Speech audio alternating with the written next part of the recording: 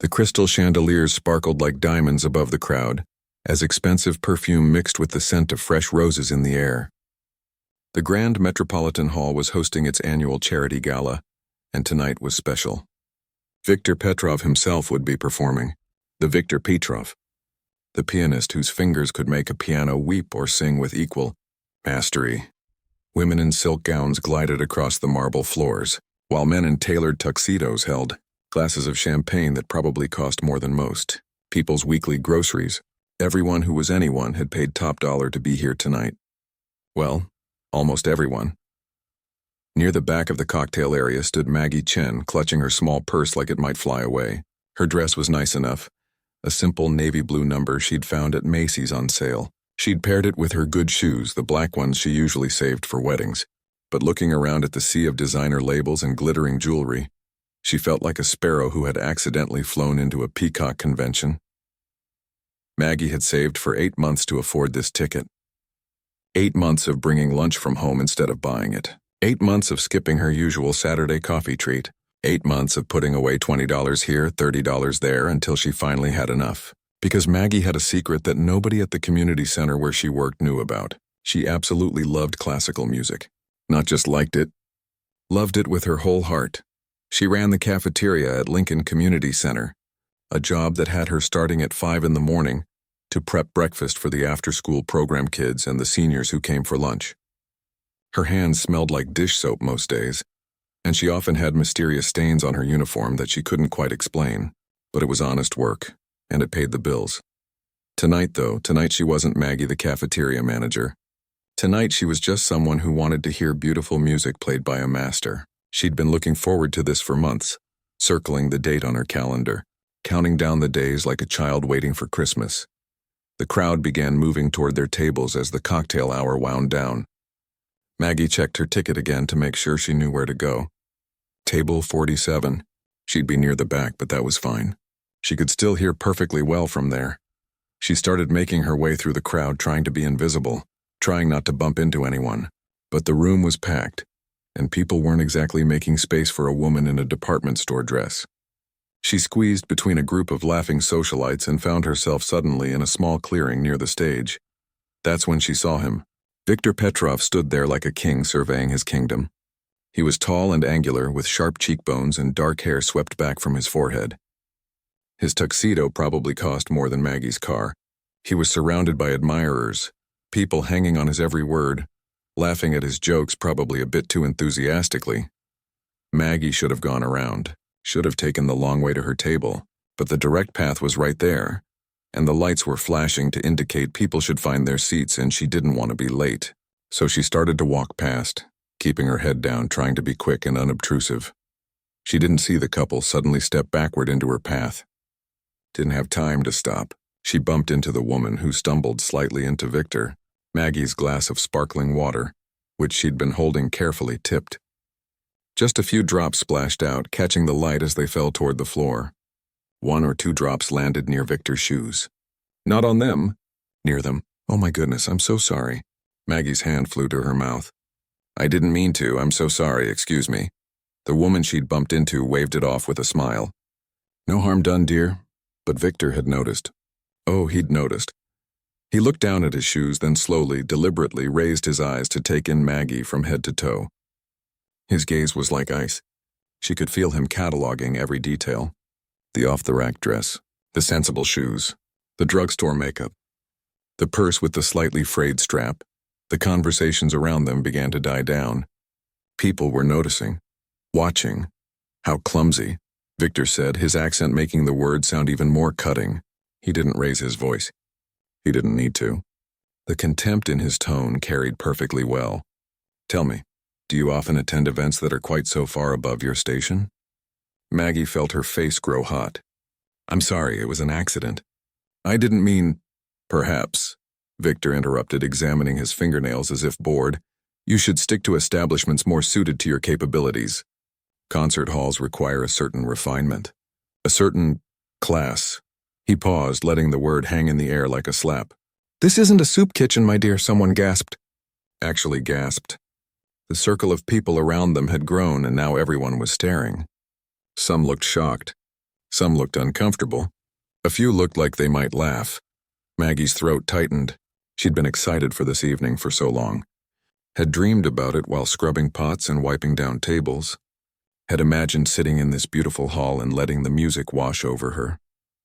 And now this man, this cruel man, was trying to make her feel small, trying to humiliate her in front of everyone.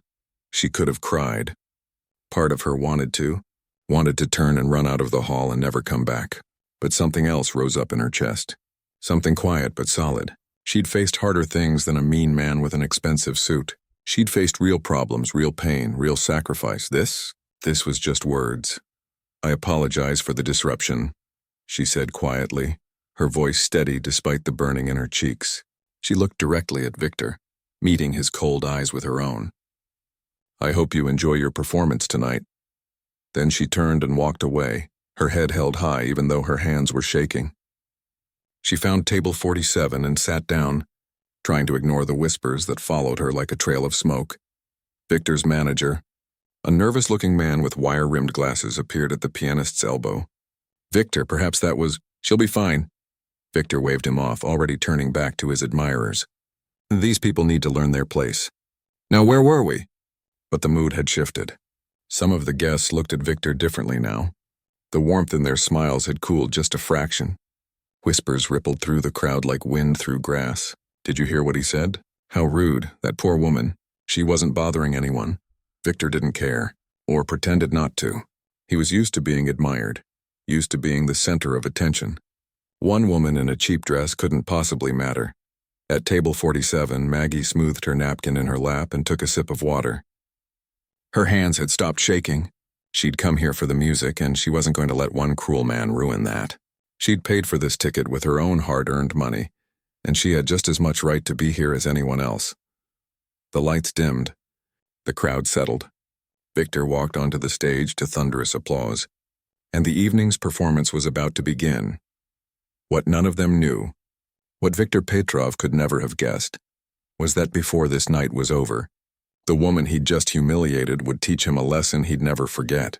The simple cafeteria worker with the frayed purse and the department store dress had a secret that would leave everyone in that glittering hall absolutely speechless. The spotlight hit Victor as he settled onto the piano bench, and the entire hall seemed to hold its breath. This was the moment everyone had been waiting for. This was why people had paid hundreds of dollars for tickets. This was Victor Petrov, the man whose recordings sold millions, whose concerts sold out within minutes. He positioned his hands above the keys, fingers curved just so, and began to play. The music that poured out was incredible, technically perfect. Every note hit with precision, every trill executed flawlessly. He was playing Rachmaninoff's Piano Concerto No. 3, one of the most difficult pieces ever written for piano. Most pianists wouldn't even attempt it. Victor made it look easy. His fingers flew across the keys like they had a life of their own. Fast passages that would trip up other pianists flowed from his hands like water. The difficult jumps, the complex rhythms, the impossible reaches, he handled them all without breaking a sweat. It was the kind of performance that made you forget to breathe. The audience sat mesmerized. Even Maggie, sitting at her table in the back, found herself leaning forward, drawn in despite everything that had happened. Say what you would about Victor's character, the man could play. There was no denying that. When the final notes faded away, the hall erupted. People leaped to their feet, applauding wildly. Some were actually crying. Victor stood and bowed once, twice, 3 times. He soaked in the adoration like sunshine, a slight smile playing at his lips. This was what he lived for. This validation. This worship. He finally left the stage, and the crowd slowly settled back into their seats, still buzzing with excitement. Waiters appeared with the main course, and the sound of conversation filled the hall once more. At the head table, the event organizer, a woman named Patricia, who'd been running this charity gala for 15 years, stood up with a microphone. Wasn't that absolutely magnificent? More applause. Now we have a delightful tradition here that some of you may remember from previous years. After dinner, we open up the piano for anyone who'd like to play. Nothing serious, just a bit of fun, and all donations during this time go directly to the Children's Music Education Fund. A murmur of interest rippled through the crowd. Some people looked excited. Others looked terrified at the thought of playing after Viktor Petrov. Dinner was served, and as people ate their salmon and asparagus, a few brave souls started volunteering for the open piano segment. A banker who'd been taking lessons for 3 years, a retired surgeon who played as a hobby, a young tech entrepreneur who'd learned piano as a child. Viktor watched from his table near the stage where he'd been seated like royalty. His earlier performance had put him in a magnanimous mood, and he held court with the people around him, telling stories about his tours and his recordings. But when the open piano segment began, his generosity of spirit quickly evaporated. The banker went first, playing a simple Mozart sonata. He was decent, clearly well-practiced, but nothing special. The audience clapped warmly. It was for charity, after all, and the man was trying his best. "My nephew plays better than that," Viktor muttered to the woman next to him, loud enough for several tables to hear. "And he's 7, the surgeon followed, attempting Beethoven's Für Elise. She got through it with only a few mistakes, and the crowd applauded encouragingly. Viktor barely suppressed a yawn. "This is what happens when people think lessons make them musicians," he said to his table companions. "Technique without talent is just noise organized by time." Some of the people at his table laughed uncomfortably. Others said nothing, their smiles becoming more strained. The earlier incident with Maggie had left a bad taste, and now Viktor was being dismissive of people who were just trying to have fun and support a good cause. The tech entrepreneur played next, a jazzy arrangement of a popular song. The crowd loved it, clapping along. "This isn't a piano bar," Viktor said, not quite under his breath. "This is supposed to be a concert hall." Patricia, the organizer, was back at the microphone. "Anyone else? Don't be shy. It's all in good fun. And remember, every donation helps bring music education to children who might not otherwise have access to it." The hall had grown quiet. Most people who might have volunteered were now intimidated, both by Viktor's earlier performance and his obvious disdain for the amateur players. That's when Maggie raised her hand.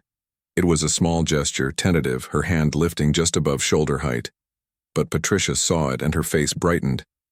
"Yes, wonderful. Come on up, dear." The whispers started immediately. "That's her. That's the woman from earlier, the one Viktor was rude to. What's she doing? This is going to be awkward." Viktor's head snapped around. He stared at Maggie as she stood up from table 47 and began making her way to the stage.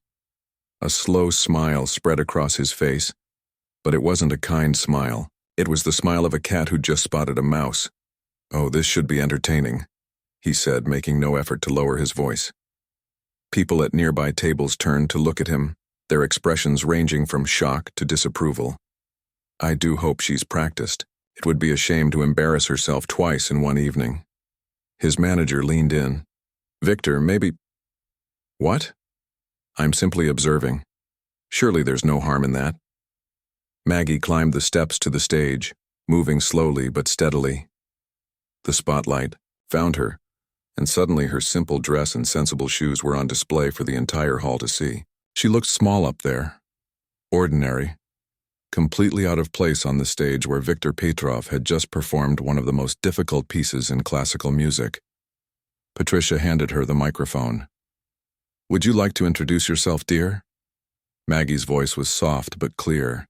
"My name is Maggie Chen. I work at Lincoln Community Center in the cafeteria." She paused, and you could almost hear the audience thinking, "A cafeteria worker? I'd like to play something tonight, if that's all right." "Of course," Patricia beamed, trying to project warmth and encouragement. "That's what this is all about. What will you be playing?" Chopin's Ballad No. 1 in G minor. A ripple went through the crowd. Even people who didn't know much about classical music could sense that this was significant. Those who did know music turned to look at each other with raised eyebrows. Chopin's Ballade No. 1. That piece was notoriously difficult, not technically impossible like the Rachmaninoff, but emotionally complex, requiring not just skill, but deep musical understanding. Viktor actually laughed out loud. Literally laughed. "This is going to be a disaster," he announced to his table. Several people looked at him with open distaste now, but he didn't notice or didn't care. Maggie walked to the piano. She adjusted the bench carefully, taking her time, getting the height just right. Her hands were shaking slightly as she placed them on the keys. The entire hall watched, some with curiosity, some with pity, some with hope that she'd pull it off and prove Victor wrong. She closed her eyes for just a moment, took a deep breath. Then her fingers found the opening notes. What happened next would change everything. The first notes floated into the air, soft and delicate, and immediately something was different. This wasn't the playing of an amateur. This wasn't even the playing of a good hobbyist. Within the first 10 seconds, everyone in that hall knew they were hearing something extraordinary. Maggie's fingers moved across the keys with breathtaking grace. The melody sang out, clear and pure, each note perfectly placed, perfectly weighted. But it was more than just technical skill. So much more. The music had soul. Victor's smile faltered, then faded completely. He sat up straighter in his chair, his champagne glass frozen halfway to his lips. Because what Maggie was playing wasn't just correct. It was beautiful. It was the kind of beautiful that makes your chest ache. The kind that makes you remember things you'd forgotten, feel things you'd buried. The crowd sat in absolute silence, transfixed. This woman, this simple cafeteria worker, in her department store dress was playing like an angel had taken control of her hands. The music continued to pour from Maggie's fingers like water from a spring, natural and unstoppable. She moved through the opening passages with such ease that it seemed impossible this was the same woman who'd apologized for spilling water just an hour ago.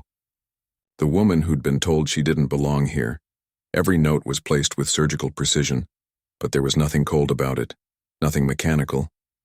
This was playing that came from somewhere deep inside, somewhere most people never reach. The melody soared and dipped, whispered and cried out, and Maggie's entire body moved with it, swaying slightly, her eyes closed, completely lost in the music. At his table near the stage, Victor's face had gone pale. The champagne glass trembled slightly in his hand before he set it down with a soft click that nobody heard over the music. His jaw was clenched so tight it must have hurt, because he knew. He knew exactly what he was hearing. This wasn't just good playing. This was exceptional. This was the kind of playing that most pianists spend their entire lives trying to achieve and never quite reach. The technical difficulty of the piece meant nothing to her. She handled the complex passages like they were as simple as breathing. But that wasn't what made it special. What made it special was the feeling, the emotion that poured out of every single note. When Maggie played the tender sections, people in the audience felt their hearts squeeze. When she played the dramatic parts, they felt the hairs rise on their arms. She wasn't just playing notes on a page. She was telling a story. She was sharing something true. A woman at table 12 began crying silently, tears streaming down her face, though she couldn't have said why. A man near the back gripped his wife's hand so tightly she had to gently loosen his fingers. Patricia, the event organizer, stood frozen at the side of the stage, her mouth slightly open. The piece built toward its climax, and Maggie's playing grew more passionate, more intense. Her fingers flew across the keys in the rapid passages, but even at top speed, every note rang clear and true. The music filled every corner of the grand hall, reaching into every heart, touching something primal and profound. Victor watched like a man witnessing his own funeral. His reputation, his ego, his entire sense of self was built on being the best, the most talented, the most skilled. He'd spent decades perfecting his technique, winning competitions, collecting awards and accolades like other people collected stamps. And here was this woman, this nobody from nowhere, playing with a depth that made his earlier performance seem hollow by comparison. Because that was the truth he was being forced to confront. His playing had been technically perfect, yes, flawless in execution. But it had been cold, showy. He'd been playing to impress, to demonstrate his superiority. Maggie was playing to communicate, to connect, to share something beautiful with anyone willing to listen. The piece moved into its final section, and Maggie's playing became almost unbearably poignant. The melody twisted and turned, question and answer, hope and sorrow intertwined. Her face was serene now, peaceful, like she'd found her way home after a long journey. And then came the final notes. Soft, delicate, fading away like the last light of sunset. Maggie's hands lifted from the keys and settled gently in her lap. She sat still for a moment, her eyes still closed, as if she was reluctant to leave the world the music had created. The hall was absolutely silent, not the polite silence of people waiting to applaud. The stunned silence of people who'd just witnessed something they couldn't quite believe. Something that had reached inside them and rearranged their furniture. The silence stretched for 3 seconds, 5 seconds, 10 seconds. Then someone started clapping, then someone else, then everyone. The entire hall erupted in applause that was completely different from the ovation Victor had received. That applause had been enthusiastic, appreciative, the kind you give to a skilled performer who'd done exactly what you expected. This applause was thunderous, raw, emotional. People weren't just clapping, they were standing, shouting, some with tears still streaming down their faces. "Brava!" someone shouted. "Incredible!" yelled someone else. The sound was deafening, overwhelming, and it went on and on and on. Maggie opened her eyes, looking startled, like she'd forgotten there were other people in the room. She stood up from the piano bench, looking uncertain, and gave a small, modest bow. The applause somehow got even louder. Patricia rushed onto the stage, her own eyes wet with tears, and embraced Maggie without even thinking about it. When she pulled back, she kept holding Maggie's hands. "That was extraordinary," she said into the microphone, her voice shaking. "Just absolutely extraordinary. My dear, you must tell us about yourself. Where did you learn to play like that?" Maggie looked uncomfortable with the attention, but Patricia gently guided her back to the microphone. The applause finally began to die down as people settled back into their seats, though the energy in the room had completely transformed. Everyone was leaning forward, desperate to know more about this mysterious woman. "I don't really know what to say," Maggie began, her voice soft and a little overwhelmed. "I haven't played for people in a very long time." "But you must have trained," Patricia encouraged. "That kind of playing doesn't just happen." Maggie nodded slowly. "Yes, I studied at Curtis, the Curtis Institute of Music in Philadelphia, a long time ago." A murmur went through the crowd. Curtis was one of the most prestigious music schools in the world. Only the most talented musicians even got auditions there, let alone accepted. "I was studying to be a concert pianist," Maggie continued, her voice getting steadier now. "When I was younger, music was everything to me. It was all I wanted to do with my life. I practiced 6, 7, 8 hours a day. I won competitions, got offers for performances in Europe, in New York, in Boston. I had this whole future mapped out." She paused, looking down at her hands, those ordinary-looking hands that had just created such magic. "But then my little brother got sick, really sick. He needed treatment that went on for years, expensive treatment. My parents, they worked 2 jobs each, but it wasn't enough. The medical bills were crushing them." The hall was silent again, but this was a different kind of silence. People were barely breathing, hanging on every word. Someone had to help. Someone had to step up. "So I did." Maggie's voice was matter-of-fact, like she was describing something as simple as choosing what to have for breakfast. "I gave up my scholarship, gave up the performances, got a regular job with steady pay and health insurance. Spent my evenings and weekends at the hospital with my brother, and whatever time was left, helping my parents." She looked up at the audience, and there was no bitterness in her expression. No resentment. Just quiet acceptance. "My brother recovered. He's healthy now. He has a wife and 2 kids and works as a teacher. He's happy. And I have no regrets about the choice I made. Love sometimes means sacrifice." A woman at table 8 was openly sobbing now. She wasn't alone. "I still play sometimes," Maggie said softly. "Late at night at the community center where I work, after everyone's gone home and I'm supposed to be checking that all the lights are off. I sit at the old piano in the activity room and I play, just for myself, just to remember." She took a breath and looked directly at where Victor was sitting. He felt pinned by her gaze like an insect under glass. I came here tonight because I love music. I love it with my whole heart. And I wanted to be around it again, even just as someone in the audience." She paused. "But when I heard those comments earlier about people knowing their place, about needing refinement to appreciate beauty, I realized something needed to be said." The hall was so quiet you could have heard a pin drop. Maggie stood at the microphone, and though her voice remained gentle, her words carried the weight of absolute truth. Real artistry isn't about proving you're better than everyone else. It's not about showing off or making others feel small. True artistry is about connection. It's about finding something beautiful and sharing it with the world, regardless of who's listening or where you're playing. She glanced around the room, taking in all the faces watching her. Some of the most beautiful music I've ever heard came from a 7-year-old playing Twinkle Twinkle Little Star for the first time. There was more joy in that performance, more genuine love for music, than in some professional concerts I've attended. Because that child wasn't playing to impress anyone. She was playing because it made her happy. Maggie's eyes found Victor again, and this time she held his gaze.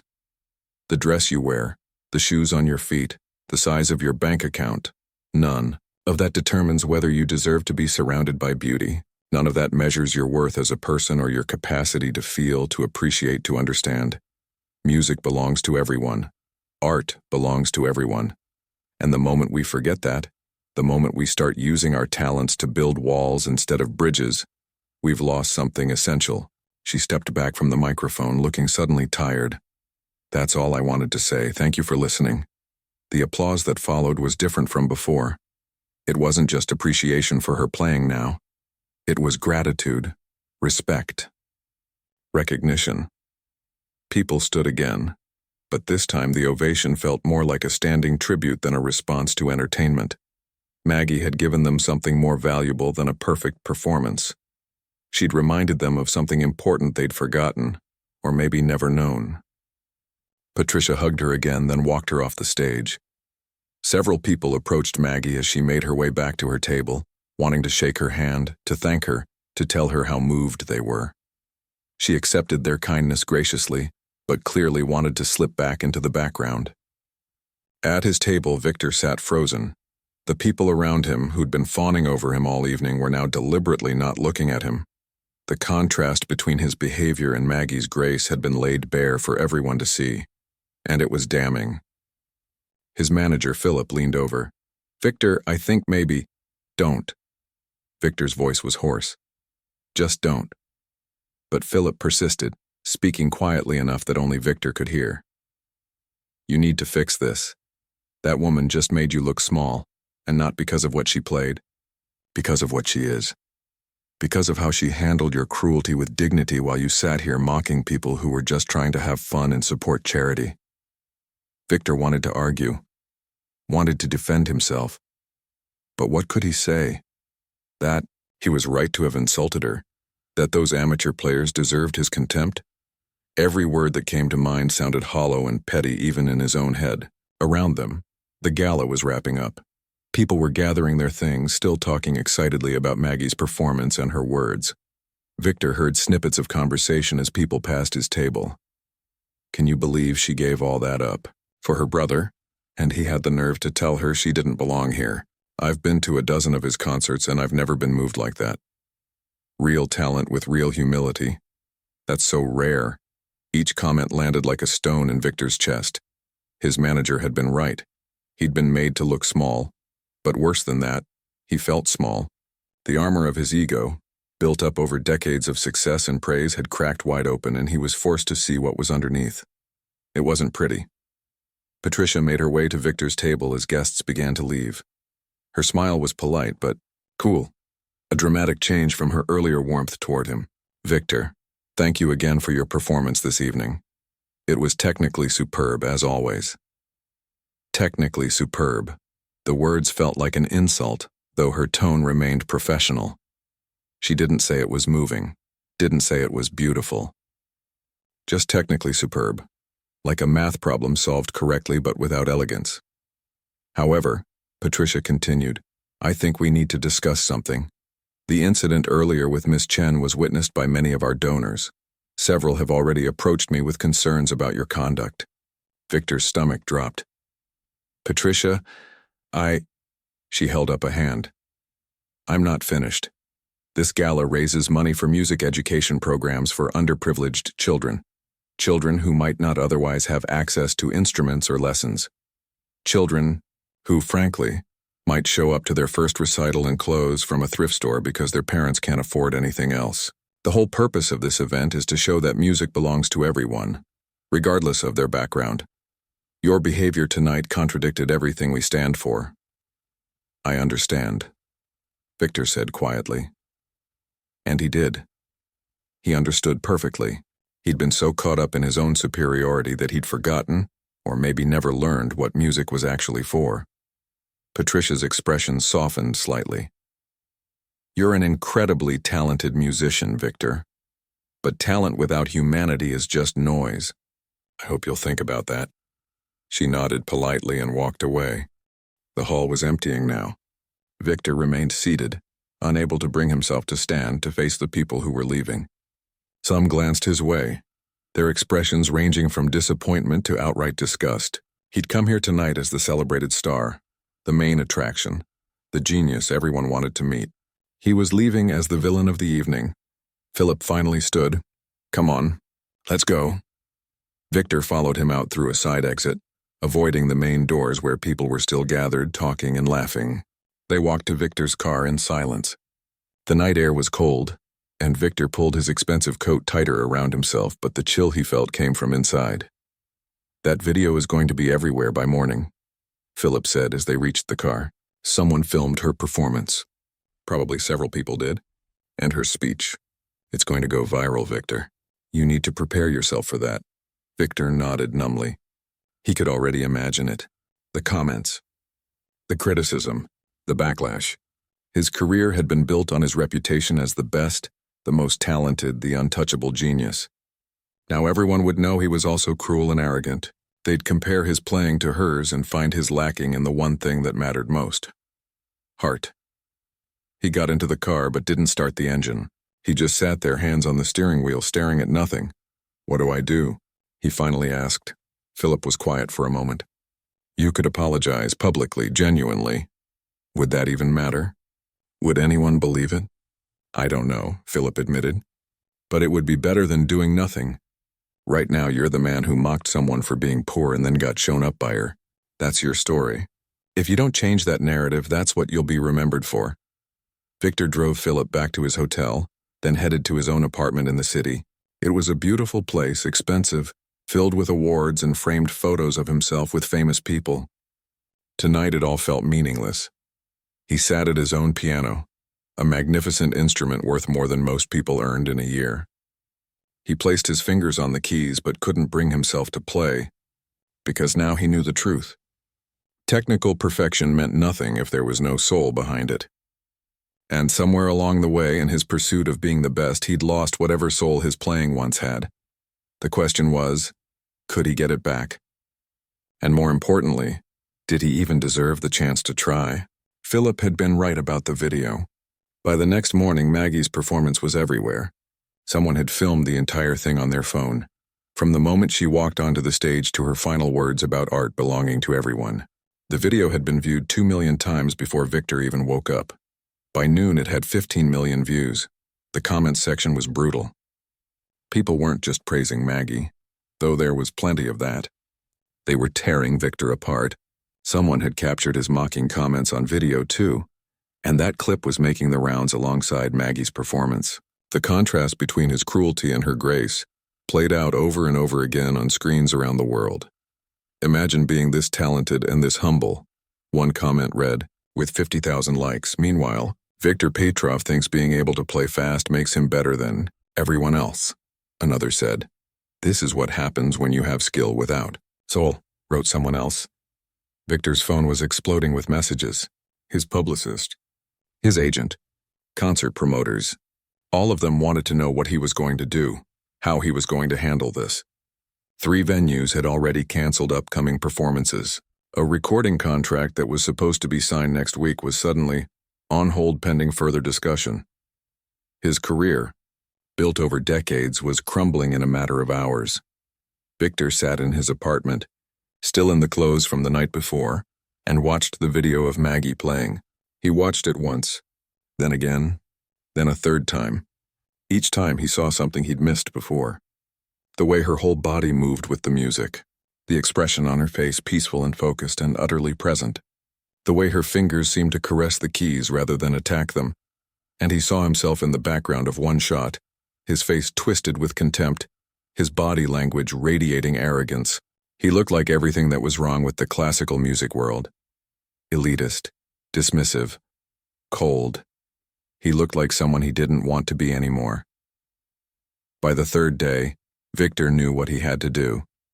Philip had advised him to release a statement, something carefully crafted by his publicist that would do damage control without admitting too much. But Victor didn't want that. If he was going to apologize, it needed to be real. It needed to be genuine. Anything less would be just another performance. He went to the Lincoln Community Center at 2 p.m. during the lunch service. The building was old but well-maintained, with cheerful murals painted on the walls and the sound of children's laughter echoing from somewhere upstairs. He asked the person at the front desk where he could find Maggie Chen. "She's in the cafeteria," the young man said, giving Victor a curious look. "Lunch service just ended, so she's probably cleaning up." Victor found her in the kitchen, loading dishes into an industrial dishwasher. She was wearing a hairnet and an apron stained with various food items, her sleeves rolled up to her elbows. She looked up when he entered, and for a moment something flickered across her face. Surprise maybe, or recognition. But then her expression settled into something neutral and patient. "Mr. Petrov," she said simply. "Miss Chen." Victor's throat felt tight. "I was hoping I could speak with you, if you have time." Maggie dried her hands on a towel and removed her hairnet. "I suppose I can take a short break." She led him to a small office off the kitchen, barely big enough for a desk and 2 chairs. "What can I do for you?" Victor had rehearsed this conversation in his head a dozen times on the drive over. But now sitting across from her in this tiny office that smelled like industrial cleaner and coffee, all his prepared words vanished. "I came to apologize," he finally said. "What I said to you at the gala, how I treated you, it was inexcusable. You were right about everything. I've spent so long thinking that my talent made me better than other people that I forgot what music was supposed to be about. I forgot that it's not a competition. It's not about proving superiority. It's about connection and beauty and sharing something meaningful with the world." Maggie listened quietly, her hands folded in her lap. "I watched the video of your performance," Victor continued. "I've watched it probably 20 times now. And every time I see something I've lost, or maybe something I never had, you play with your whole heart. I play with my ego, and I'm sorry. Not just for what I said to you, but for every amateur musician I've ever mocked. Every student I've made feel small. Every time I used my talent as a weapon instead of a gift." He took a breath. "I don't expect you to forgive me. I don't deserve that. But I wanted you to hear it from me in person that you were right, and I was wrong. About everything." The office was quiet except for the distant sound of someone vacuuming in another part of the building. Maggie studied Victor's face for a long moment, and he forced himself not to look away, even though he wanted to. "Why did you become a pianist?" she finally asked. The question caught him off guard. Because I was good at it. My parents enrolled me in lessons when I was 4, and I showed natural talent. By the time I was 8, I was winning competitions. It just seemed like the obvious path." "That's not what I asked," Maggie said gently. "I asked why you became a pianist, not how." Victor opened his mouth to answer, then closed it again. Why had he become a pianist? Had he ever loved it? Or had it always been about winning, about being the best, about the acclaim and the applause? "I don't know," he admitted. "I honestly don't know if I've ever played for the right reasons." Maggie nodded slowly. "Then maybe that's where you need to start. Not with apologizing to me or fixing your reputation, but with figuring out what music actually means to you, if it means anything at all." "It does," Victor said quickly. Then more quietly, "I think it does. I just don't know how to find my way back to that."